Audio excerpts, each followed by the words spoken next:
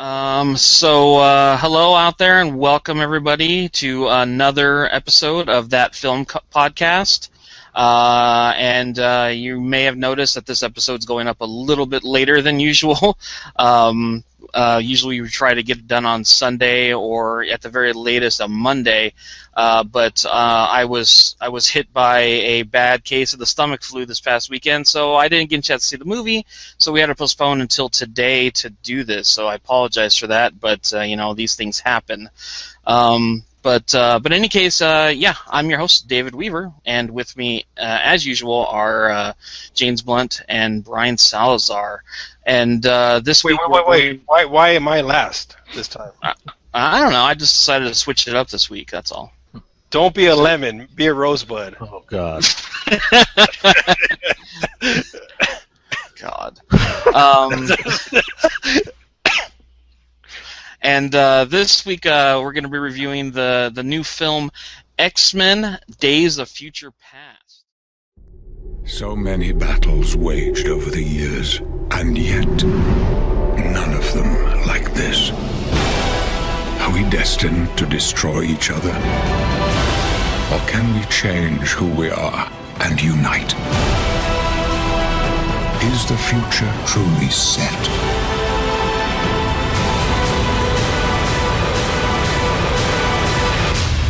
X-Men: Days of Future Past. James, you were going to be leading us off this week once again. So I am, and there's a very good reason for that. Yes. That's because of the three of us, I am the comic book guy. And I've got to say, X-Men is one of my favorite series of all times in the comics. How many X-Men comics do you own, James? I have no idea how many X-Men comics I own. I'd have to do an inventory. Over 100? Oh, 100? Give me a break. Sure. Over 500? Talking silliness now. Over 500? I had to stop. So for the viewers, when I decided that I was actually going to buy a house, I had to stop collecting comic books because I was spending in the neighborhood of like between $250 and $300 a month on comics. Wow. So that had to go away, and I had to do it cold turkey. I tried to just dabble in comics, and that doesn't work. So let me give you an impression because James is being a little shy here. So I went to James to the comic book store one day, and of course they know James by name. It was like Norm in Cheers. James, you got your stash right here. Pulls out a plastic. Was it a bag maybe? Anyways, had everything set up perfectly for him, all his comics, and I swear on this one day he probably brought home 50 comics. Oh my God! And sometimes there was doubles and triples, and he was like, "Brian, you want some?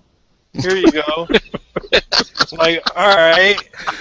Luckily, he didn't get me started in that whole thing. But basically, what I found out was James would use a catalog of some sort, which I never knew existed.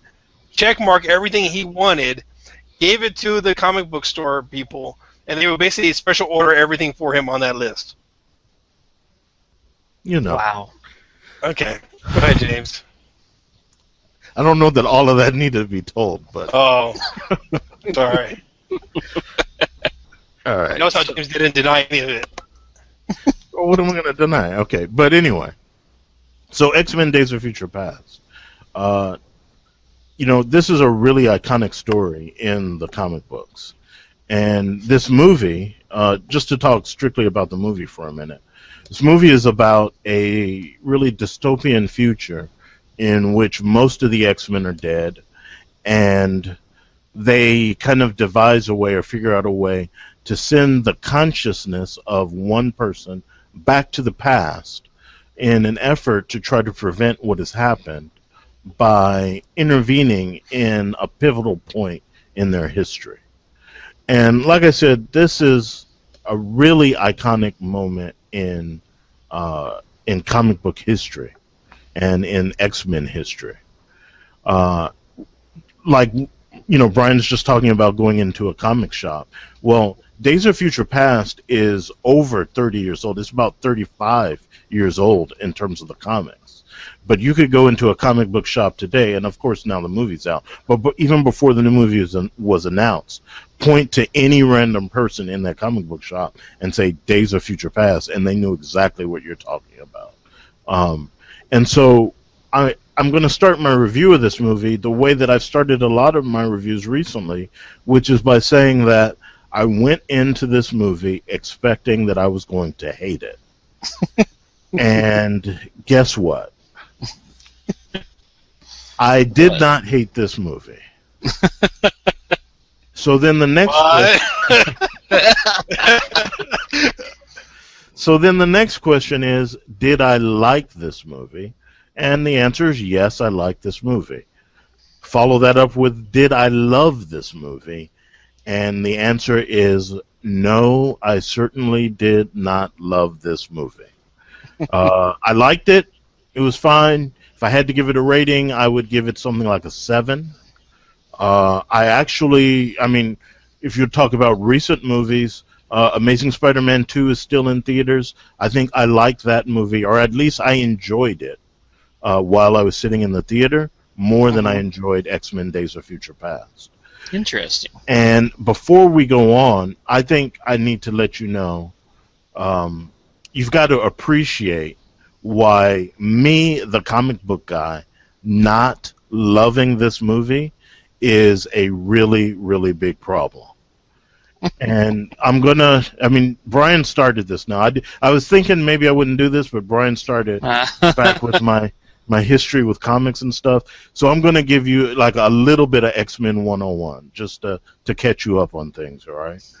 So, and I'm going to try to make this quick because I know people are not the big comic book fan that I am, but this is why I'm here. This is the whole reason why I started doing podcasts with you guys was when we started doing comic book movies. Your very first one with us was for X-Men First Class. I think that's right.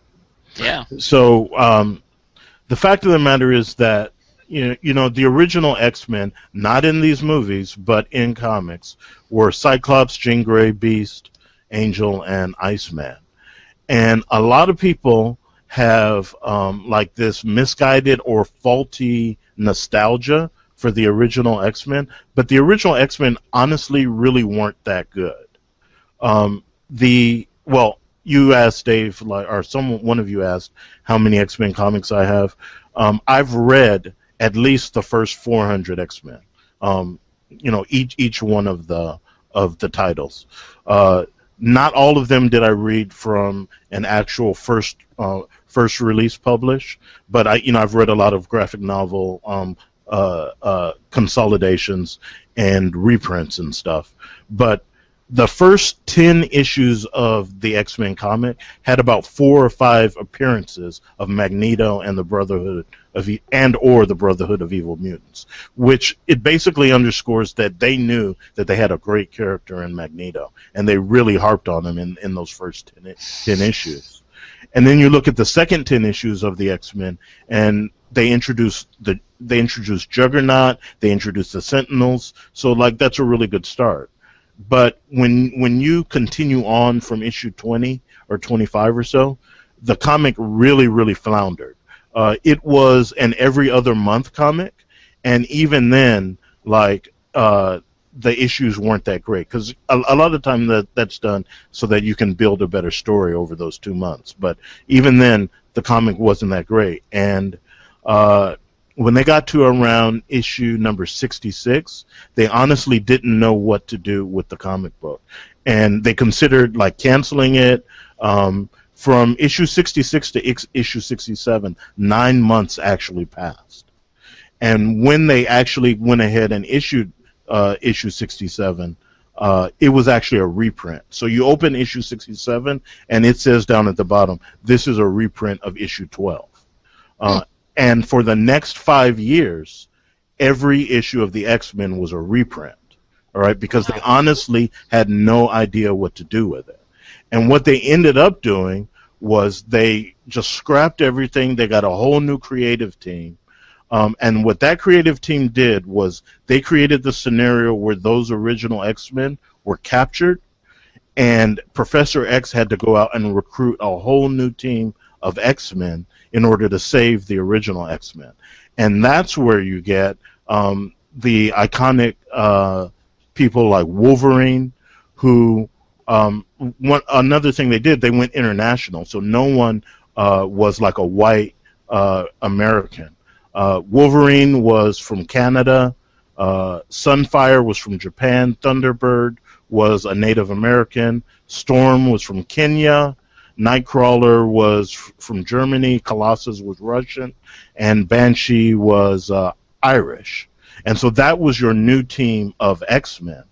And that new team went in and saved the old team, and then as a result, Beast, Angel, and Iceman felt that, we're no longer needed, so they quit the team. And only Cyclops stayed on as the leader, and Jean Grey stayed. And this just changed the entire dynamic and tone of the X-Men to the point that, like, it became darker and it became more serious, and this new team struggled to work together as a team. And because of that, almost immediately Thunderbird dies, which hadn't happened in the X-Men before that. And Sunfire gets kind of offended that the X-Men only protect the United States, and he just goes back to Japan so he can serve Japan.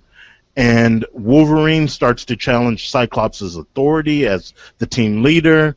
And then there's this love triangle because Jean Grey is looking at Cyclops, who's more of like a Captain America, like pretty boy, like by the book type guy. And then she looks over here, and you've got scruffy Wolverine who's chomping on a cigar, and he swears in the comic, and he constantly defies authority. So you have this, dynamic between them, and you have this very short span where for just a few panels you think that Jean Grey's dead, but actually she ends up becoming more powerful than she had ever been before, and she's Phoenix. And then you're introduced to the Hellfire Club and the White Queen and Sebastian Shaw, and all of that leads to the Dark Phoenix saga, and ultimately then Jean Grey's death. And then they spend an entire issue just devoted to Jean Grey's funeral. And near the end of the issue, Cyclops decides he's going to leave the X-Men. And when you're on this major downer, they then take the very last panels of the comic book, and it has Kitty Pryde arriving at the school to join the X-Men. And so you go from that total darkness to a total tonal shift of now the comic is focused around Kitty Pryde and her bubbly spirit, and she's 13 years old, but she's a genius. She's already in college at 13, and like the other X-Men are trying to protect her and trying to protect her innocence, and to the extent that they take her into town so she can go to dance school and stuff, like dance classes and stuff like that. And you're watching this bubbly little 13-year-old girl. And then with issue number 141, which is the start of Days of Future Past, you're introduced to not Kitty Pryde, but Catherine Pryde, who's now this 45-year-old, not grizzled, but like, experienced and rugged, hardened woman. And you're looking at this dystopian future, and you're wondering, how did things get like this? And that's the start of the iconic story of Days of Future Past. That's just to tell you how we get there. And the fact of the matter is, those 50 issues from the start of the new X-Men to when you get to Days of Future Past, those are probably the single most iconic issues in the history of comic books. And I mean, there are certainly other stories that are iconic. Like Batman has Killing Joke and Death in the Family and Dark Knight Returns and all of that. And, there's Secret Wars and Civil Wars and Watchmen and Crisis on Infinite Earth and Death of Superman and, especially like Kraven's Last Hunt. Those are all great stories. But I'm talking about this 50 straight issues from the new X-Men to Days of Future Past, as one long undivided story is probably the most iconic stretch of issues in any one comic book in comic book history. And so when the movies go and they want to reproduce something that iconic, the fact that it's just good is not good enough for me, because it needs to be awesome, it needs to be great, and the movie just isn't great. I mean, to prep for this movie, I went back and read about 20 old X-Men comics, and the fact that on this show last week we did a story where Bryan Singer said that you shouldn't expect for continuity out of these movies. That's the one of the most preposterous things I ever heard, because immediately when I opened up my old comics, I saw that and it reminded me, comic books are footnoted they're footnoted all over the place. If someone simply says something like, last week I went to the store, there's a little symbol, and down at the bottom it says, please see issue 132. And you go back and open issue 132, and yeah, you went to the store. You can see it, right? Like, they document everything in comic books, and Bryan Singer's like, continuity doesn't really matter. Like, I don't know. How little did we realize how accurate that was. Exactly. And so then, like, while I was reading those old comics, I'm looking, and like, whenever all the X-Men are standing together, you look and you go, God, look how short Wolverine is. Like, Wolverine is like 5'2", maybe 5'3" in the comics. All right, everyone towers over Wolverine, and then I go and I sit down in this movie, and I'm looking at this huge, buffed out Hugh Jackman who is towering over everyone in every scene that he's in, and I'm like, Boy crush. What did you say? Boy crush. Oh boy.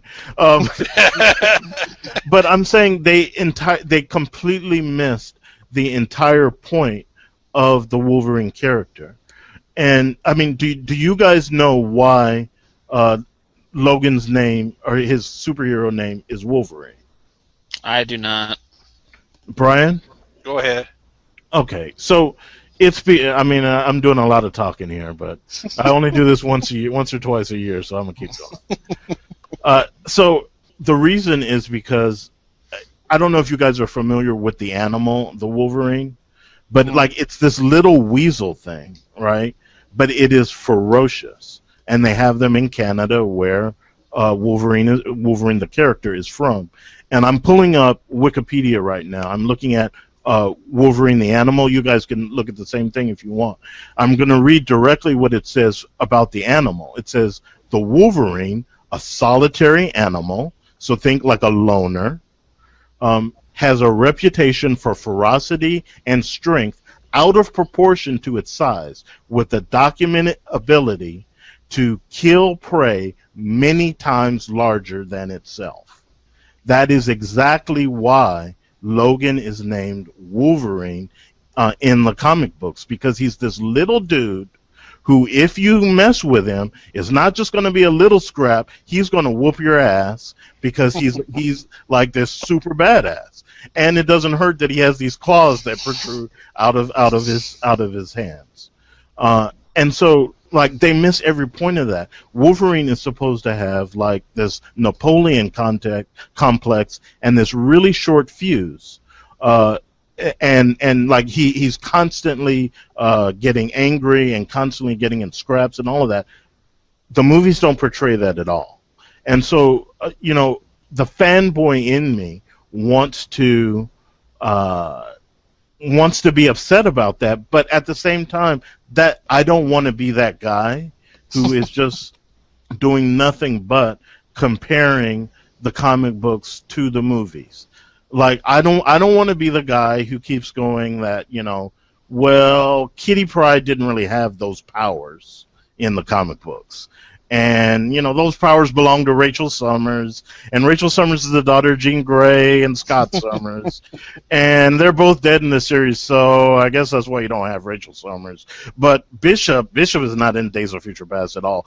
Bishop's from a totally different timeline, and I know he's in the animated series, but he's not really from this timeline, so I don't know why you included him. And Wolverine is not the one who goes back in time. It's Kitty Pryde who goes back in time. And Boulevard Trask wasn't the catalyst for Days of Future Past at all. It was the assassination of Senator Robert Kelly that started everything off. And Boulevard Trask was actually dead at the time that happened. And he wasn't even the one who was the protagonist for the Sentinels. That was his son, Larry Trask. And it definitely was Larry Trask. It wasn't Boulevard Trask. But Days of Future Past didn't actually go to the past. It went to the present. So it was the future, and they went back to our present. They didn't go back to the past. I don't want to be the guy who's the fanboy who's complaining about all of that stuff. But the last thing I said really is a good point, because in the comic books, it started out in the future, and when they time traveled, they went to our present. And so they didn't erase things that had already happened in canon. It wasn't a huge retcon, right? In the comic books, actually, by the time Days of Future Past ended, you didn't even know if the actions of that story had an effect on the future. And that's another major thing that I have a problem with. So number one is that in this movie, because they go back to the past, then they're able to undo all the crap that is X-Men 3. All right? They just saw this as an opportunity. We can retcon everything.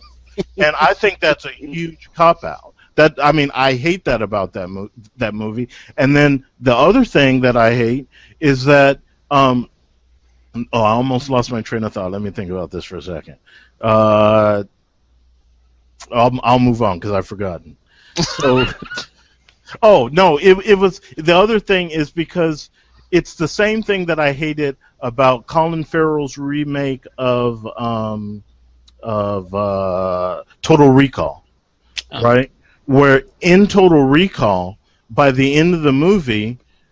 In the original Total Recall, by the end of the movie, you're not exactly sure what actually happened. But in the remake, you know exactly what they draw a roadmap for you. You know precise detail. The same thing is true in Days of Future Past. In the comic book, by the end of it, you're not sure if they had an effect on the future.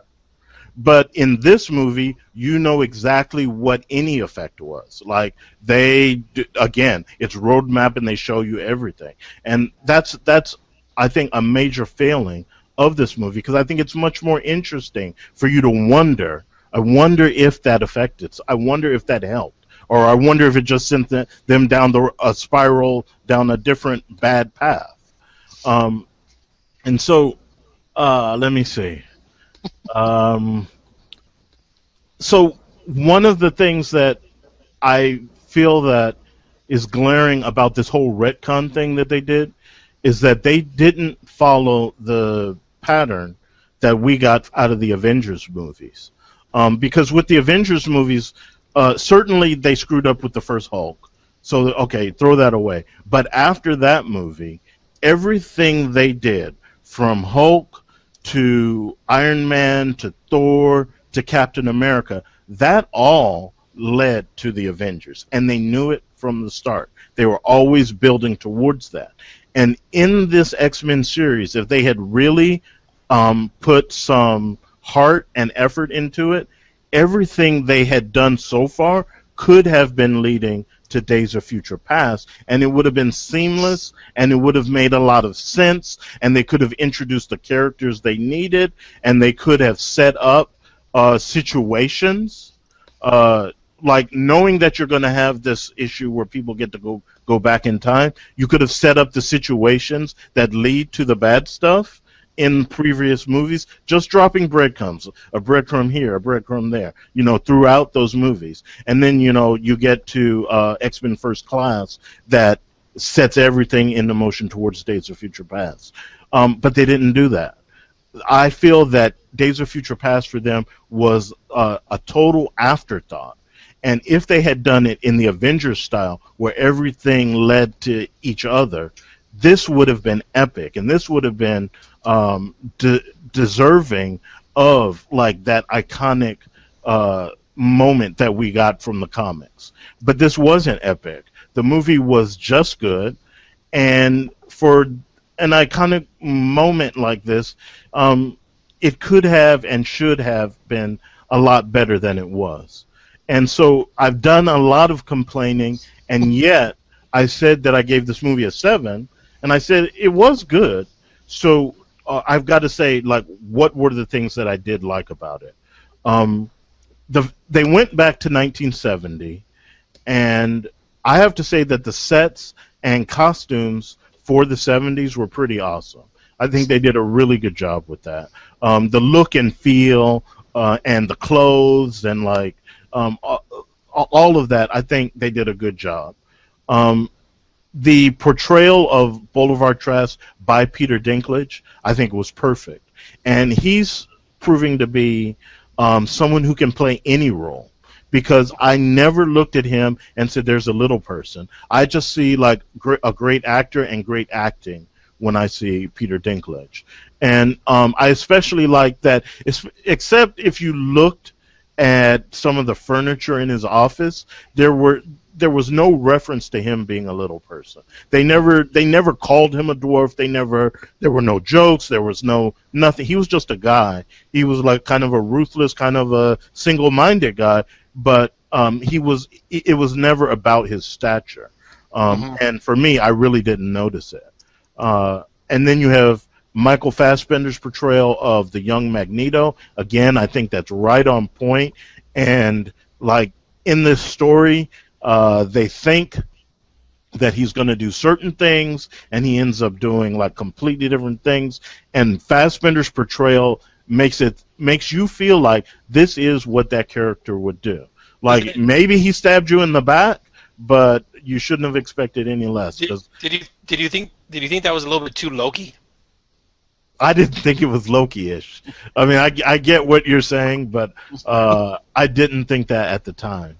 Now, one thing I did question about the whole Magneto thing is, considering the crime that he had been accused of, I don't know why the government didn't have more of an effort to try to capture Magneto, because he a little bit of a spoiler alert, he kind of escapes from custody. And then, like, you never see, like, this huge manhunt to find him, and he had been accused of doing something pretty significant.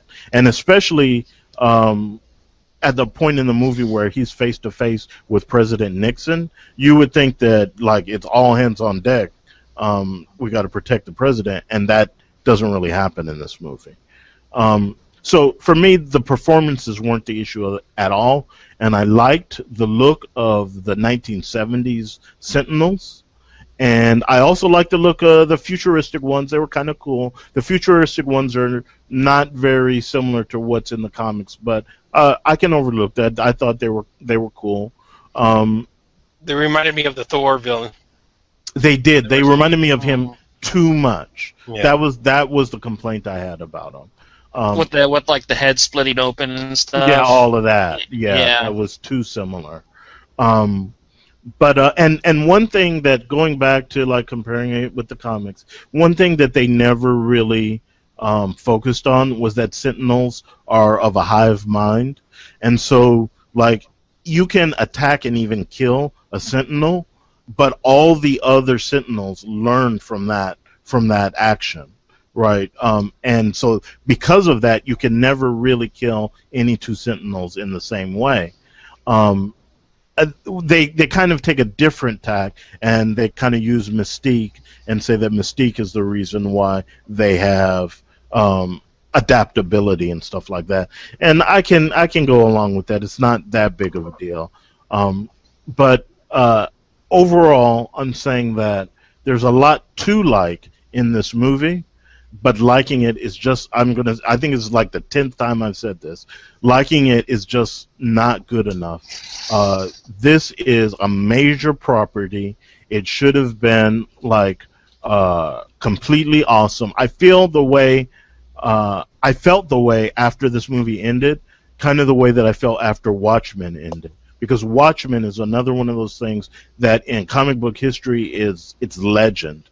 And the movie was just like, it's okay. Like it was not great. And this needed to be great, and it's disappointing that it wasn't. And so, with that, what was that about 55 minutes? I don't know how long was I going. That was almost about 30 minutes. Okay. So, with that being said, who's going next? Go ahead, Dave. Swiggle water for the working man. How exactly do you follow that up? I guess I can start out by saying that I think I like this movie more than you did, James. I definitely... I was actually coughing. You said you think you what this movie? I think I like it better than you did. Okay. But I mean, given your reservations, why you didn't care for it as much as I did, I mean, I understand because I don't have that history with the comics. But as a movie, like a standalone movie, putting aside for the fact what this does for the rest of the franchise and other Marvel comics and everything, but as a standalone movie, I thought this movie was it was almost perfect. Woof. Aha. Woof. Almost. And Perfect now, is a really strong word. I know, but I think okay, their reasons for doing this story were completely misguided. It's like you said, they weren't building to this story. They clearly saw that, hey, they looked at all their X-Men movies and they're like, this is a complete mess. And they're like, we have to get rid of all this. And they saw Days of Future Past and they're like, hey, it's a time travel story. That's a perfect way to wipe the slate clean. And I also think they just think the name sounds cool. Yeah, that too. So it's really sad that they took like you said, such an iconic story from the comics and used it as nothing more than a tool to give themselves a fresh start. But I think what they did with it, aside from that, with the story, I thought worked really well. The problem, there's a number of issues I had that with the film leading up to it. Number one being the whole Wolverine being the main character, which actually, in thinking about it in hindsight, Wolverine has very little to do in this movie. He's hardly in any of the fights. He hardly does anything Wolverine-ish. He's basically there talking to people most of the time.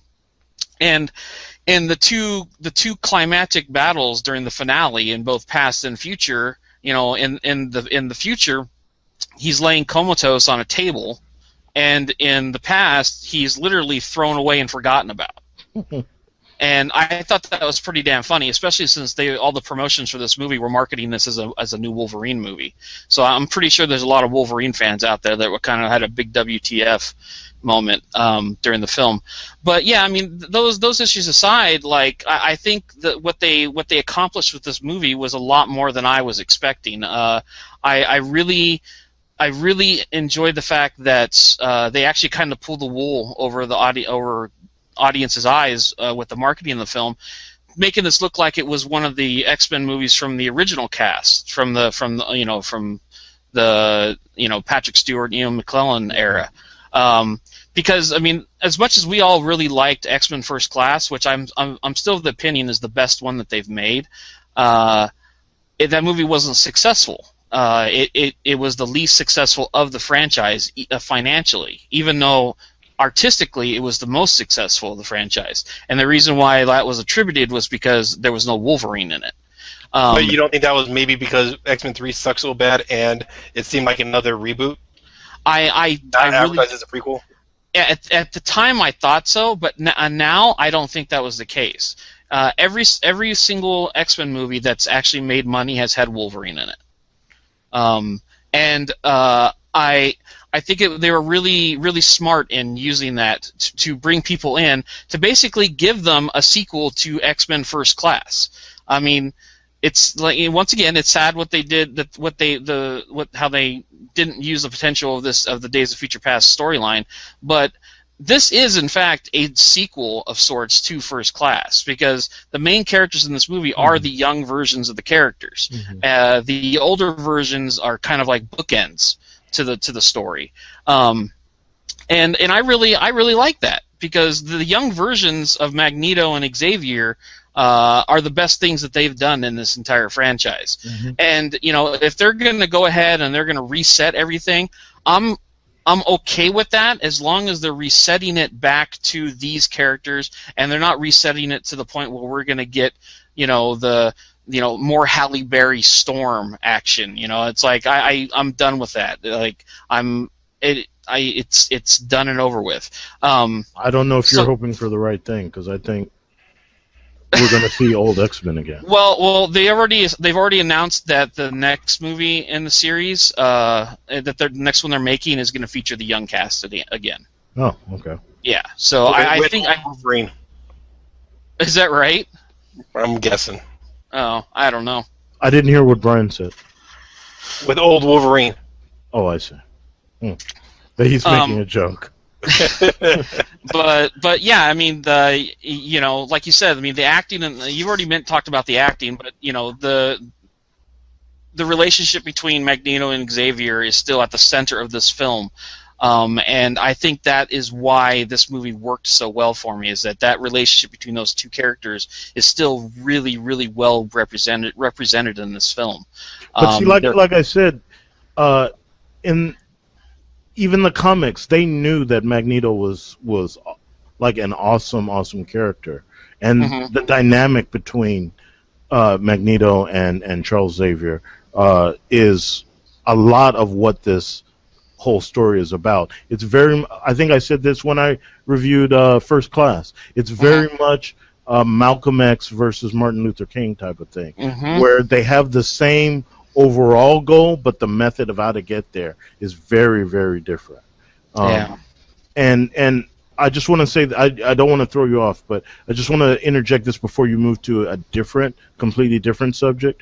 The issue about having this kind of focused loosely around Wolverine did not end up being an issue for me, because, like I said, if you're going to follow the comics faithfully, then it's Kitty Pryde who would go back in time, and this movie universe has not set up her character at all, and having her be the one to go back in time would not draw anybody to the movie theater.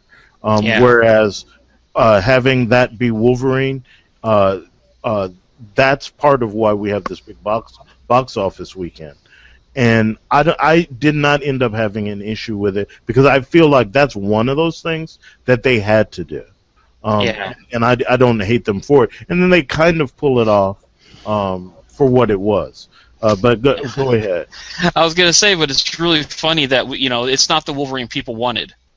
It's walking and talking Wolverine, as opposed to like scrappy, surly, spitting, smoking. Right? Yeah. Yeah, it's like he is like more down to earth in this film than he has been in any of the previous films.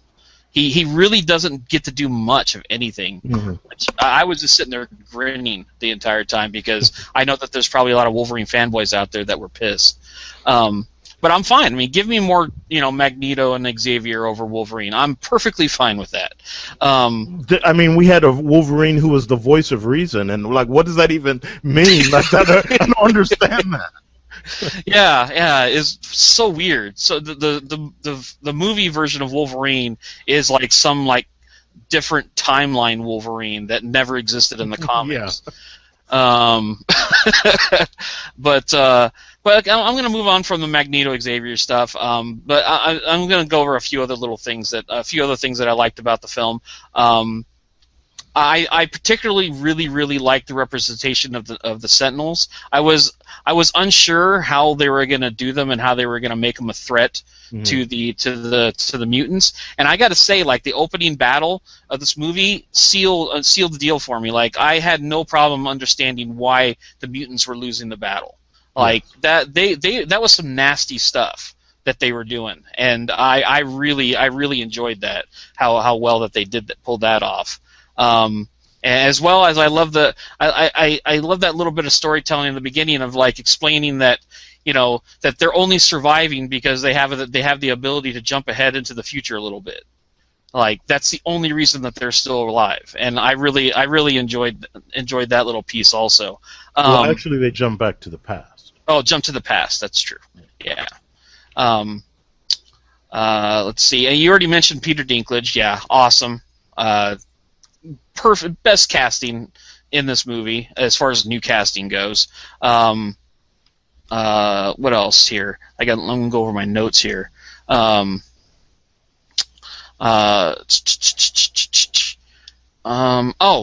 The one thing I got to bring up, and I'm pretty sure that Brian might bring this up also, but I've also heard a lot of people mention this as the high point of the film is Quicksilver. Probably the one thing in this film that's going to be universally praised is every single scene with Quicksilver.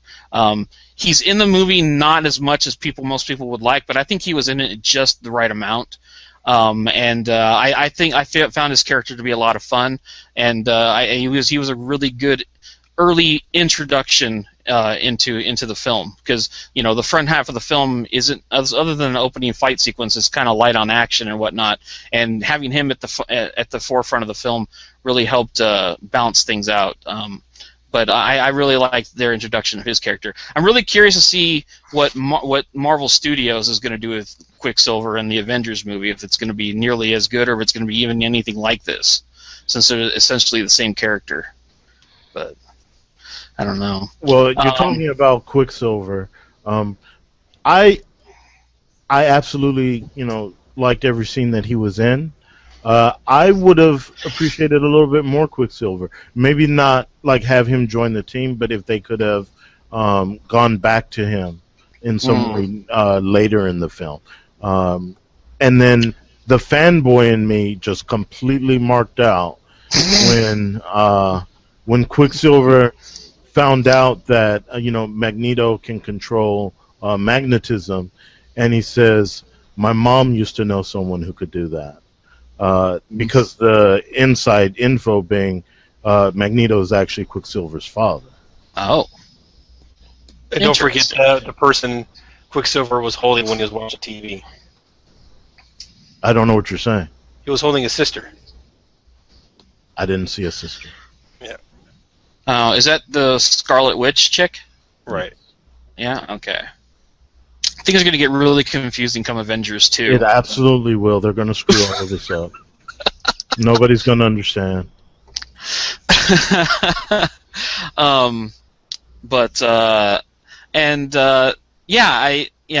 think, to wrap up my things about the things I liked about the film, I just really thought that, Bryan Singer, we definitely have had issues with some of his films in the past, especially like Superman Returns and whatnot.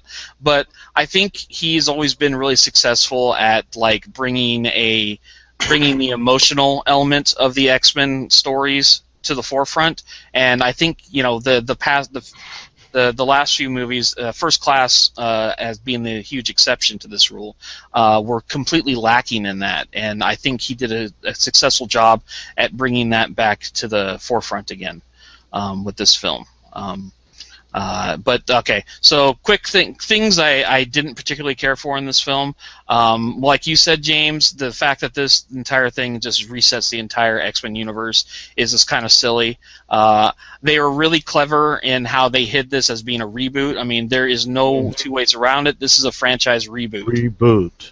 Yep. Yeah. There's other, when the Amazing Spider-Man, the first one came out, they were open. Sony was like, yeah, we're rebooting the franchise. 20th Century Fox is like, hey, let's reboot this and not tell anybody. They did the Star Trek. Yeah, they pulled the J.J. Abrams.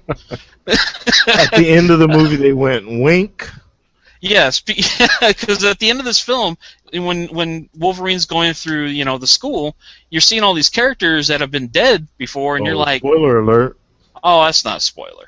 You might want to put a little spoiler warning, Dave, Oh, jeez. on your edit. You went straight to the end of the movie. How can that not be a spoiler? What? Well, you don't know who dies in the movie and who doesn't. Yeah, okay. But anyways, I think it's a spoiler. All right. Because it tells people like, yeah. Well, the more you explain it, the more that's they're going to catch on. That's why I stopped.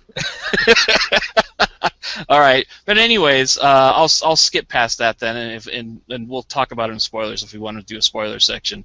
But the major thing I had a problem with this film was, and this always comes with every time travel movie, so this isn't too unexpected, or as like some plot holes that I noticed. Where the main one being, and James, I think I heard you mention this about Mystique's power being the catalyst for the Sentinels. Mm-hmm. Yeah, that's it's what they like say in the movie. Yeah, that. I mean, that doesn't really make any sense, does it? Since Mystique doesn't actually take someone's power, she just isn't All that I Rogue? see, the link is adaptability. Okay, isn't that like Rogue's thing though? It's like It would have been a better explanation if it was Rogue, but I mean. Wait, who plays Mystique again? Jennifer Lawrence. And who plays Rogue? Anna Paquin. Okay. Okay. But anyways, I was trying to Brian's think. cynical ways suggesting that the actor dictates the story more than Gotcha. more than the character. Gotcha. Okay. Well, that's very true. Or the story itself. So, but in any case, I was like the entire time I was like, that's not what Mystique's power is. She can't mimic other mutants' powers. So, but I was just like, whatever. I kind of chalked it up to the same thing Brian just mentioned. They wanted Mystique to be one of the main characters. They were basically just saying though that's why it's so hard to beat the Sentinels, because they adapt to everything that you do, but not that they shapeshift. That wasn't. Yeah. But probably the biggest oversight in this, as far as like the time travel thing goes, is that for Days of Future Past, for this movie to make even one iota of sense, the Sentinels had to have been introduced in those other X-Men movies, and they never were. Absolutely. I'm with you 1,000%. That's the biggest problem. There's more. Oh, okay. But Dave, that's the whole reason why I was saying if they had had any foresight, they could have led us to this. Like all the other movies could have dropped like a little breadcrumb. We could have seen the development of the Sentinels at some point or something. Mm-hmm. If there was a plan. If there was a plan, but there was no plan here. So the fact that the future is happening because the Sentinels are taking over, and you go back and you watch X-Men 1, 2, 3, and all the other ones, Days of Future Past and everything, right. You're gonna notice like, hey, how come there's no Sentinels? Right. I meant First Class and Origins and all of that. There's no Sentinels anywhere. And you still call this a perfect movie, Dave? Huh? As a standalone movie, I said it was near. I didn't say it was perfect. So a standalone as in you never saw another X-Men movie in your entire life? Yes. Well, okay. Okay. That's what I meant. Okay, if this is your introduction to the X-Men movie world, then it's perfect. No. No, because this whole retconning stuff ruins it for me. That takes 1 or 2 points. I mean, I don't know if I was like wrong with my words or something. I have not said that this movie that this is like the best X-Men movie. Like I said, I still think First Class is way better than this. But as far as like storytelling goes, as a singular film, I think this movie is really solid. But the problems, of course, come with the history of the X-Men franchise in the movies, and that's where this movie falls apart all over the place. You mean the continuity? Yeah, or lack thereof. So, but I mean, yeah. So other than the plot holes, you know, and of course all the problems with the lack of continuity between the series and how much they've messed this series up over the past decade or two, you know, I really enjoyed this movie. The action scenes were fun. Like you said, the actors all did a really great job in their roles. It was a lot of fun seeing the old versions and the young versions doing their stuff. And it moved really quickly. Also, I mean, there was no point in this movie where I was checking my watch. I think it checks off almost every mark needed for a big summer blockbuster, and it's one of the rare ones where it's actually good. So. So to repeat what Dave just said, other than the plot holes, lack of continuity, and the way all the other movies in the series were screwed up, this was a perfect movie. Yeah. Other than that stuff. Yeah. I didn't say perfect. I said it was good. Okay. Wait, don't you know said why perfect you- at the beginning though, Dave. We I heard said all it was kinds of perfect. Wow. Okay. I don't know why you guys are jumping on me about that. I was perfectly clear with what I said, but whatever. You're bad. It's okay. We understand. Well, you guys are like, I don't know. Anyways. But in any case, I mean, this is a high recommendation for me as far as seeing in the theater. If you're an X-Men fan, I would definitely see this in the theater. As far as the big summer movie releases so far, this is without a doubt my favorite that's been released. I liked it better than Godzilla. I liked it better than The Amazing Spider-Man. By no means is it leaps and bounds better than those films. I just found myself I enjoyed it more than I did those films. So and see, that is what I based mine on also. When I said that leaving the theater, I had enjoyed myself better in Amazing Spider-Man 2. And that's what I was kind of just throwing all this other stuff away. How much did I enjoy it? I enjoyed this around 7-ish. It was not greatness to me. What was your number, Dave? I didn't give a number, but I'd say I around you said 8. 9. You What? say 8? I said I around heard 8. you say 9. I never gave a number, Yeah, okay. but around 8 sounds about right. So, Brian, you're up. Okay, let me. Since everyone kind of. Be careful what you say. No, I'll be all right. Trust me. Did any of you guys see this in 3D? I No. did. And Not. There are some 3D effects, not much. okay, that's all I wanted to know. I saw it in 2D, Atmos. So, anyways, okay. So since you guys talked a lot about this movie and a lot of the points I wanted to bring up, I was busy writing comments and deleting comments and different things that I wanted to talk about. So I'm going to just make some comments and you guys could discuss and let me know what you think about them. Okay. The first ones we kind of already talked about. There is a lot of Wolverine in here, but not really being Wolverine except maybe for one scene. But to me, I was more surprised of it being a Mystique movie, and I brought up this point when Dave was talking about it. For me, it's 100% because Jennifer Lawrence is that character, and her popularity at this time as to why she's kind of being the main focus on. Even though she doesn't really have too much dialogue or anything, she just seems to be the main focus of this movie before anybody else. Which Dave brought up, of course, doesn't quite make sense when it comes to the Sentinel portion of this story. But keep in mind, they probably signed her to contract before she was famous Jennifer Lawrence. And now they've got her, and they're like, let's milk this. Like, we're going to ride this train all the way to the bank. Right. Yeah. And I'll tell you, James, the story that you brought up, doing the whole history of X-Men for the first 15 minutes of your review was actually great. And it kind of makes me kind of even sadder that we got the X-Men movies that we got because, like you said, if there was a plan and understanding, it would have make this whole franchise that much better. But I think they just went for the quick buck, saw that was popular, and just try to feed in pieces here that didn't make sense. And they got kind of stuck with this movie, at least I thought, which hindered my experience with this movie and thoughts of this movie because, like Dave said, there's a lot of plot holes in this movie. A lot of things go, what the fuck? That doesn't make sense, and they don't really explain any of it. And there's some simple things, and I'll bring it up here later on. And also brought up the whole boy crush thing with Singer and Hugh Jackman, which is definitely apparent because is there any reason for a clean butt shot of Wolverine as he gets out of bed? Anybody else? How many retakes do you think there were? Exactly.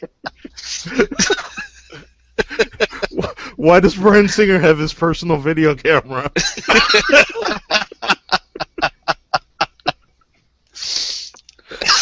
I thought it was kind of weird, and I was like, Why is this movie in God. 3D? Oh boy. Okay, now I'm going to quit. Okay. Go on. Does every Wolverine movie include him being shot with bullets and then popping out of his body? Hmm. I don't know. I kind of notice that all the time. He gets shot, and then it pops out, and then he kicks some ass. It also seemed like Singer really wanted to make a movie in the 70s, and to hell with pretty much everything else. For the simple fact, and I'll bring this point up, is it doesn't just affect the X-Men movies, but also the Wolverine movies. Yep. I only saw Wolverine Origins once, and maybe I'm totally incorrect, but didn't he have his blades during the Vietnam War? It was after. After the Vietnam War. Yeah, it was after it. Okay, I thought it was before. And I didn't No. see Origins, so I don't know. Okay. I had So already maybe- been But then burned by again, X-Men 3. I mean, it was definitely after. But whatever happened in Origins, it doesn't matter now. So. Okay. You talked about Quicksilver, and I thought he was definitely the coolest character in the story, similar to what Nightcrawler was in X-Men 2. Hmm. Maybe a little too similar in some ways, but all of a sudden he disappears from the movie. Right. Yeah. In a storyline that could definitely use his power, it was kind of weird that he just took off. I heard some people say that they thought that maybe he was a bit too powerful, and that maybe he could have like wrapped up the end of the film a little Yes. bit quicker and neater. I was just about to say he's a little like they might need to retcon him because he could solve almost any problem. Yeah. Like they And- made him so fast that like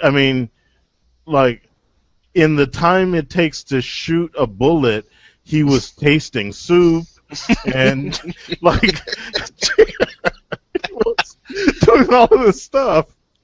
I mean, while it's awesome, it was it makes me think, what can he not do? Yeah. Yeah, and it just seemed, I don't know.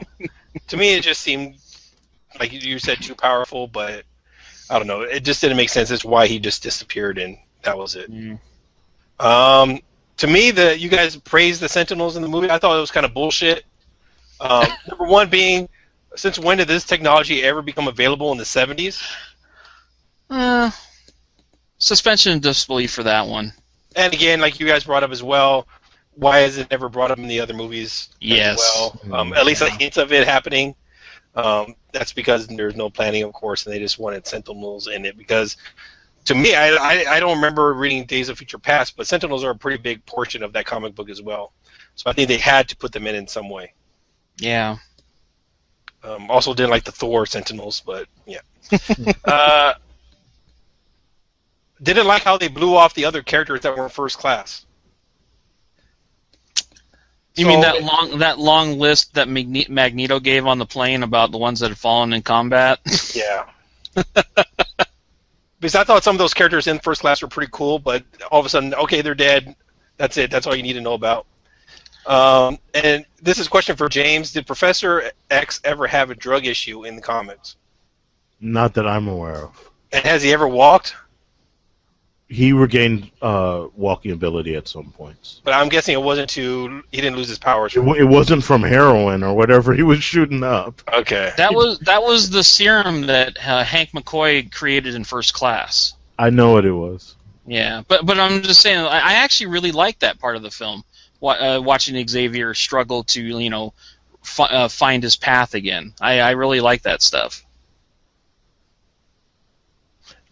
Okay. I didn't hate that stuff. I just thought it was kind of weird when you set up that whole thing in First Class of him getting shot in the back, and getting away from it. I don't know. This makes it less powerful, I guess. What exactly is Kitty Pryde's power in this movie? I don't know what she can do. That's something that is not comic book based. Well, sure, the comic book, right? She can run through walls, right? Absolutely, Yes. she can phase through But solid objects. But they're saying that she can send somebody's consciousness back into a past. How do those dimension. two things go together?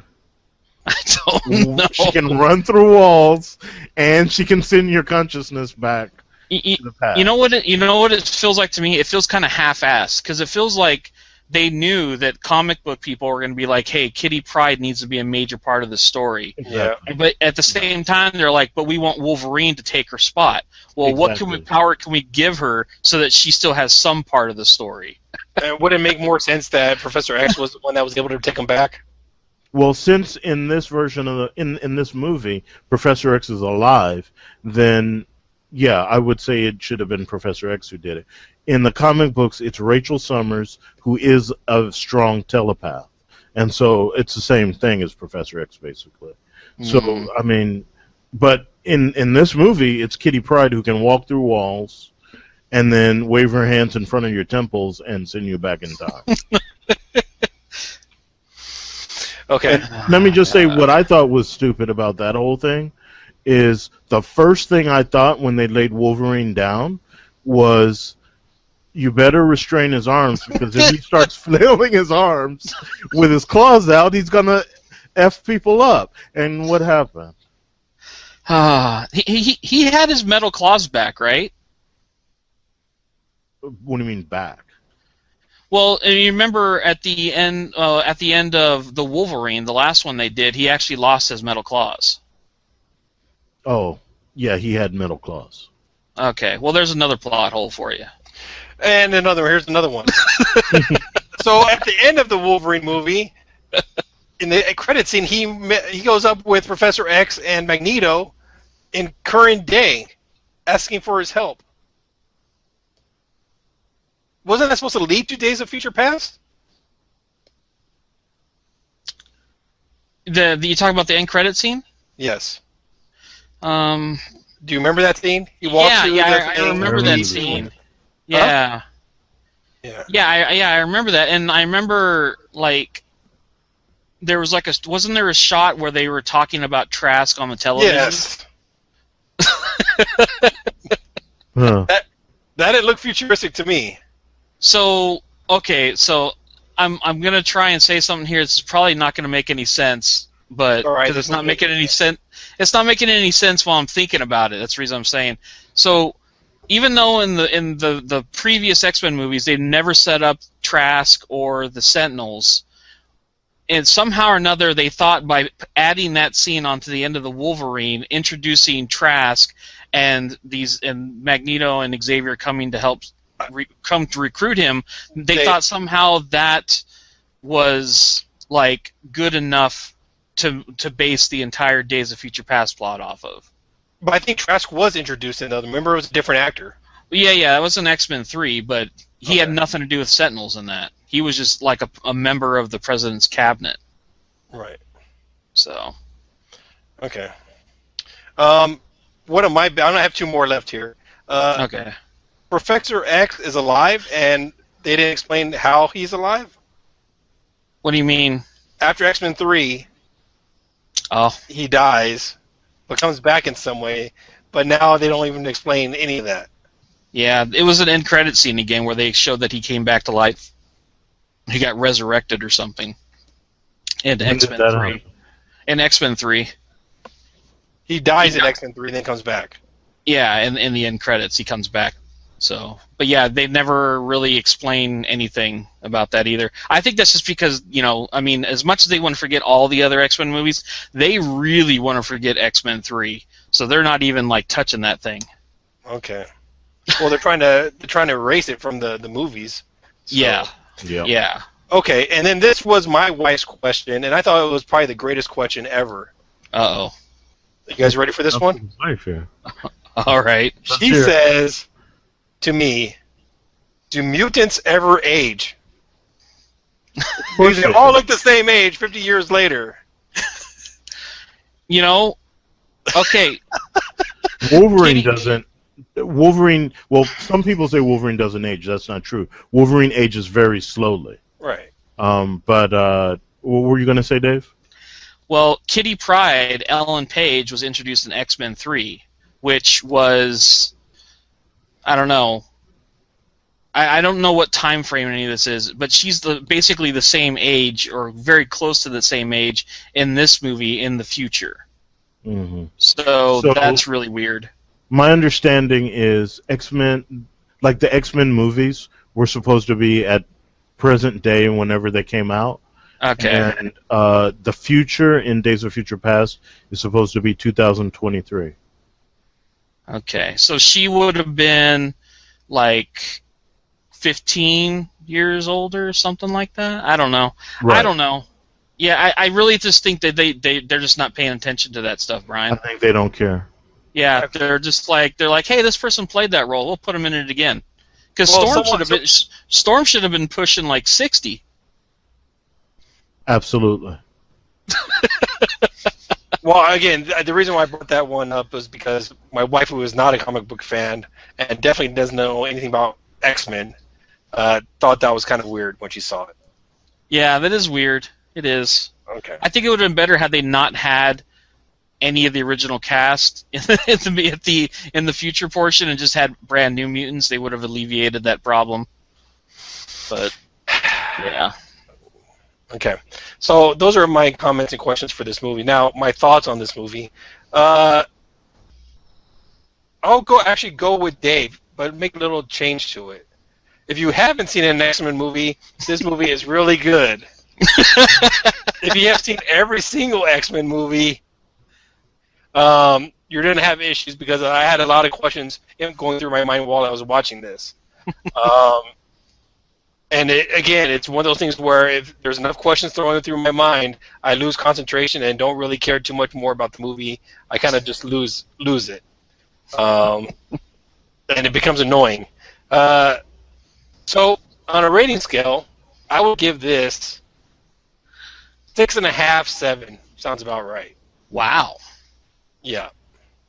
6.5 and 7. And So Go you ahead. guys, Yeah, I thought you were going to be between me and Dave, but you're actually the lowest of all of us. yeah.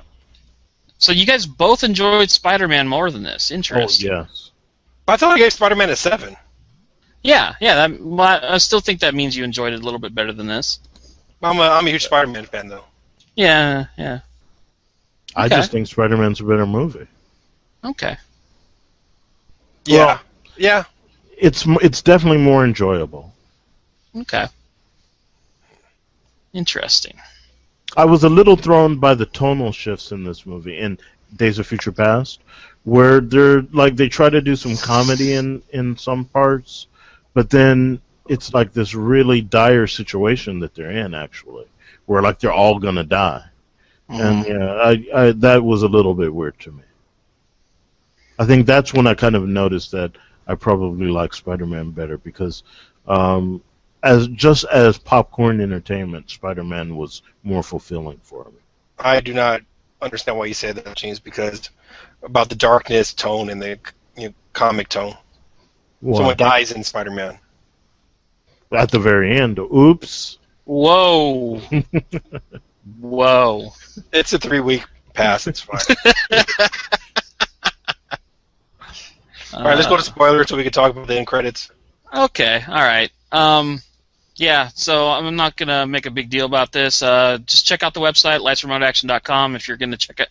If you're gonna leave us right now when we go into spoilers. For any latest reviews or any of our other episodes of the show.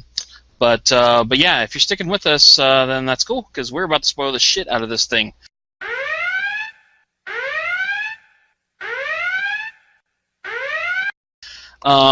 So yeah, the end credit stuff. Well, first about the school part. Not the end credits. Sorry, the when Wolverine basically wakes up. Yeah. The end credits before the end credits.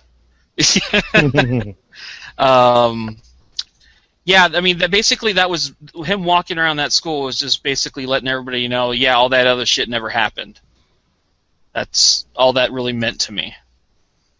And I mean, I was still surprised to see Jean show up. At that point, I didn't know how far back they were going to erase everything, or if they were going to leave things kind of obscure. But at that point, it solidified for me exactly what they did with this movie, or what they were trying to do. The question I had was, so is that the future time he went back to, or Yes. someone in the Yes. middle? Yeah, didn't you see the alarm clock? It was all futury. Okay, so does that mean X-Men 1, 2, and 3 never happened? They happened, but maybe not the way we saw. They or, happen differently. It's complete retcon. Yeah. Basically, they can go back and they can do the Phoenix Saga, they can do the Cure storyline, they can do all that stuff all over again. And they could do it, and they could try and do it right now. And they can do it with the young cast. They don't have to do it with the older cast. They have to get someone else to play Wolverine. Yeah, they do. They won't, though. So he's gonna be like old Spock in Star Trek, just keep appearing in the movies. That would have been that would have been the greatest like retcon this movie could have done. Is like when Wolverine woke up, it was a different actor. And that would have been like our introduction to the new Wolverine actor. Yeah. What happened to you? I'm down in the ocean, bub. Bust you up your skin. And by the way, that was my favorite Wolverine moment in this movie is when Magneto threw him into the water and he just stayed there the rest of the finale. That was brilliant. It's so good. Until they took him out of the water. Oh yeah. But anyways, yeah, I don't know about that. What else to say about that end stuff? So that means that when he got out of the water, he was back to his normal self of that time frame. So he was like, "What the fuck am I doing in the water?" I think he was like that in the water. Right. Yeah. So next thing he's like waking up in the water, not knowing what happened. Yeah. Okay. Oh, I didn't get that at all. I understand what you're saying, but I didn't think that he was his 1970s self again. Yeah, in his mind, he never met any of those people. He never met Xavier or Magneto or anybody. Interesting. I don't know if I agree, but I'll go along with it. I actually thought they missed a really great opportunity there with showing Stryker on the boat.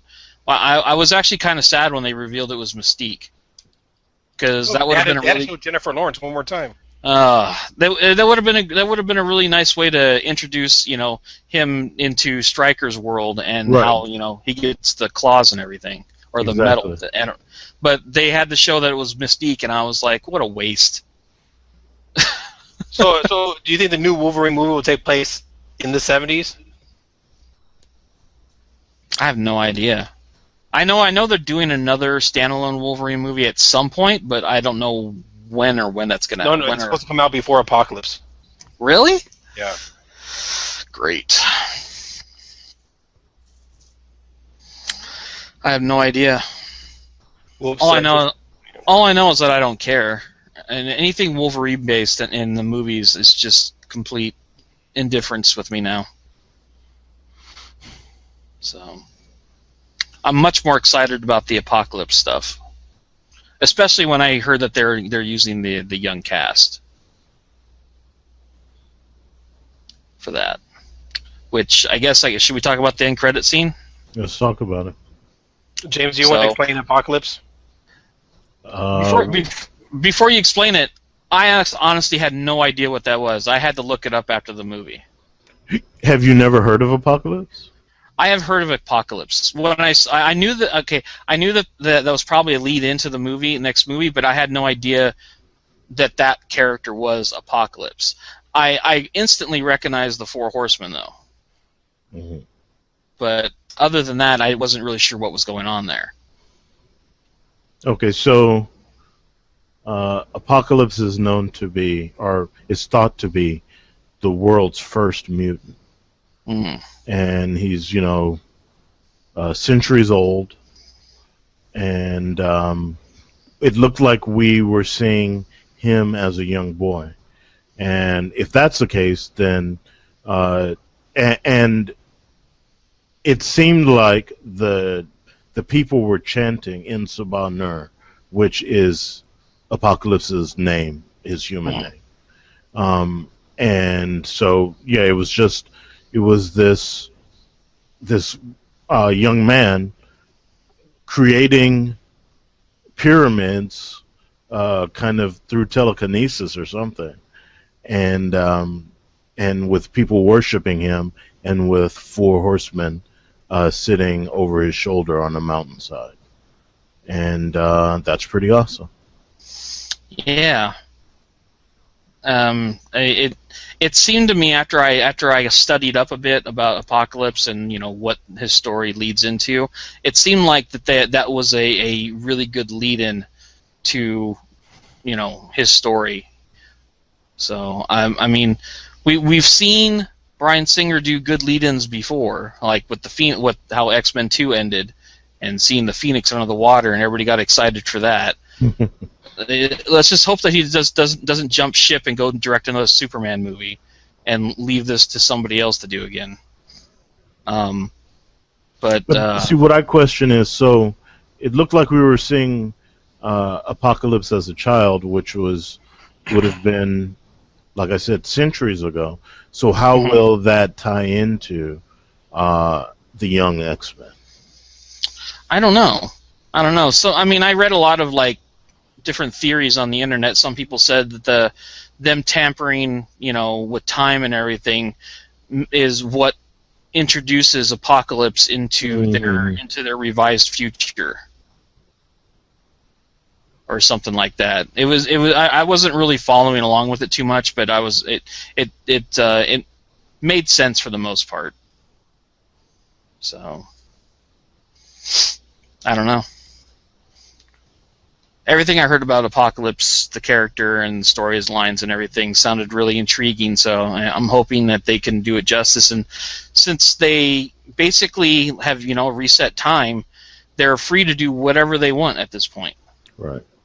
Well, Apocalypse is a boatload of awesomeness. So I hope they don't screw this up. I hope that they realize now that whatever they do from this point forward is going to affect things in the future. Like, casting, or maybe, they should get together and create their own little universe for the X-Men. Yes. They should plan things out. They should map it out, absolutely. Yeah, at this point, and go from there. And if they're not already doing that, they've already messed up. They're already doing that because they want Fantastic Four to join them.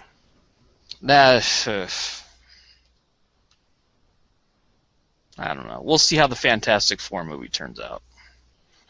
James, were you okay with how the Sentinels turned out in the movie? Because I thought you really liked those characters in the comic. Well, that's why I said I really liked the 1970s Sentinels. Those ones looked awesome to me. Those are or did they actually perform the way that you wanted them to? Because they didn't do much. They didn't perform because they were all controlled by. Well, we're in spoilers. They were controlled by Magneto. Yeah. So they really didn't perform at all. I'm only talking about the look of them. And then the way that the futuristic ones performed, I was okay with that. Again, like you said, the way that they looked was very similar to other things, but like the Thor creature. But and the way that they were constantly adapting and figuring out how to beat the X-Men, even though the X-Men are opening portals, like Blink is opening portals and all of that stuff. But the Sentinels figured out what to do. That's very Sentinel-ish. Okay.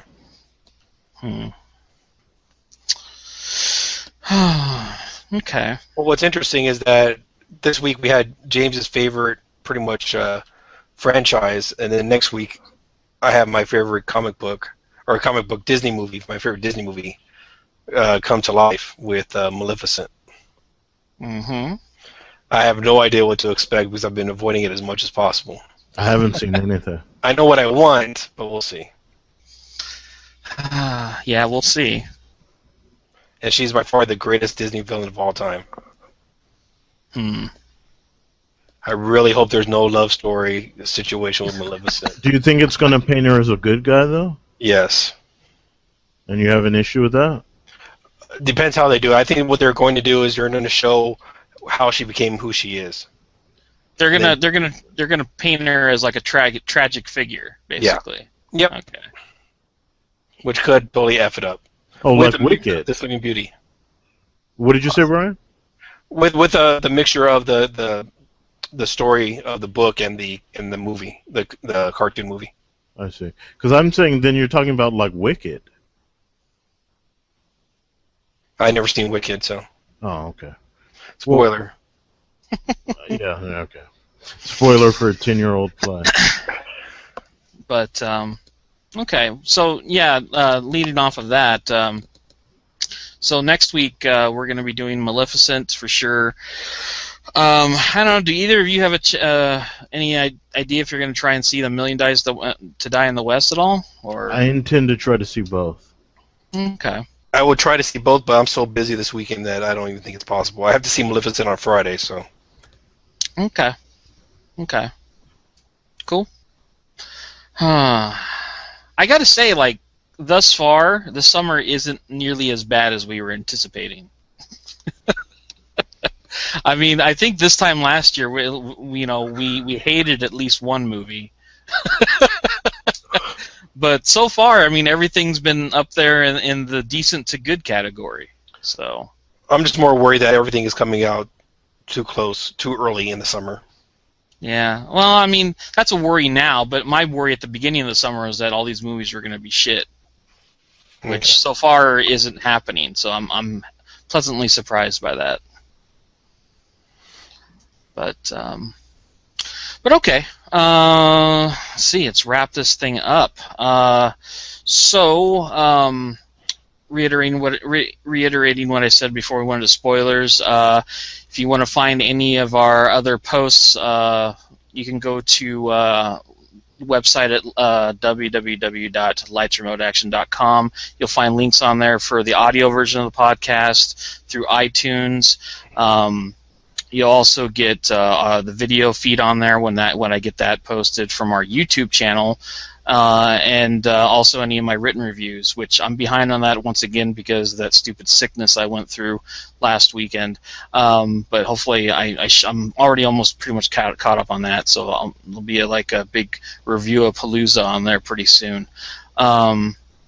Yeah, I guess that's it. Oh, and I should mention, since I've been doing this at the end of the videos on YouTube, at the end of this video that you're watching now, you can also find all the links to some of our previous video reviews we've done, as well as links to our Facebook page and YouTube channel and other sites and whatnot that's related to us. So you go ahead and check that out as well. Yeah, that's it. We're done. So check back with us next week for a review for Maleficent and most likely A Million Ways to Die in the West. So until then, everybody out there, take care. Have a good week.